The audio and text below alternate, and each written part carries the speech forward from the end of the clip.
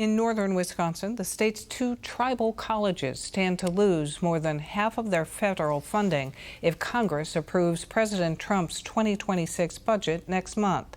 Here and Now reporter Erica Aisi traveled to one of the colleges, Lekudere Ojibwe University in Hayward, where they say they are devastated but working with their tribal leaders and Congress to maintain their funding levels. This report is in collaboration with ICT, formerly Indian Country Today. Oscar Rio is a freshman education major at the Lekudere Ojibwe University in Hayward. He's also an enrolled member of the St. Marie tribe of Chippewa Indians.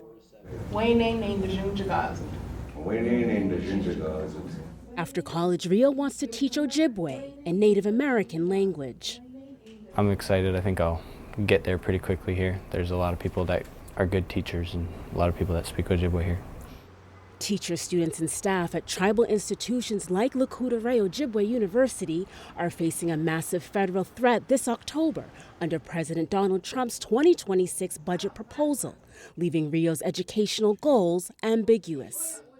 I don't know about my ability to continue, but I think there's a lot of progress that's trying to be made here, especially within the language program, that hopefully doesn't get halted because of it.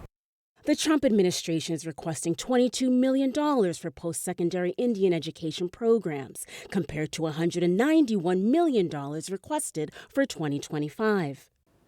Karen Bright, interim president of the Lekudere Ojibwe University, says federal funding is the university's major operating resource. Over 80% of our funding comes from federal funds. How will the university survive? We're working on different initiatives with our government on that side of generating different revenue for the institution. Bright says the university is looking to the Lekudere Ojibwe Tribal Nation and other donors for support. But challenges with the Department of Education persist.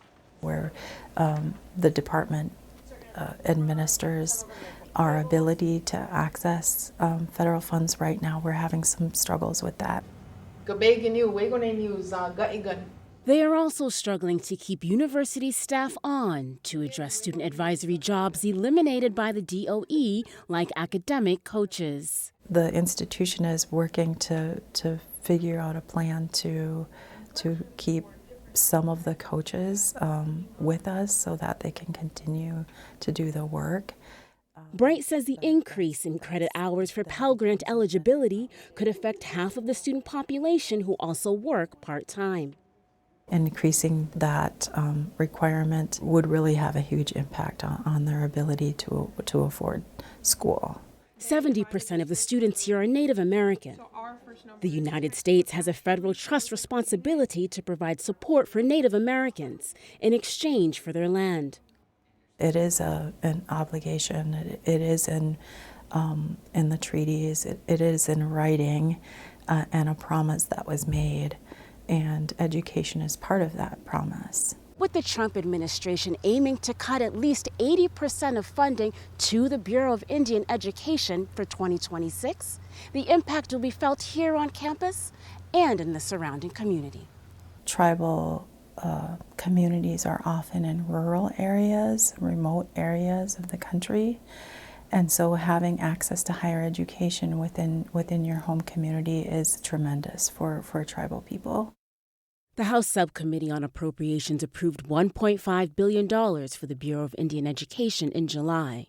However, those funds were not specified for tribal colleges and universities. As students begin the academic year with a potentially massive federal funding reduction lurking in Congress. They're trying to start new programs and hire new teachers and everything, and hopefully that doesn't get messed with.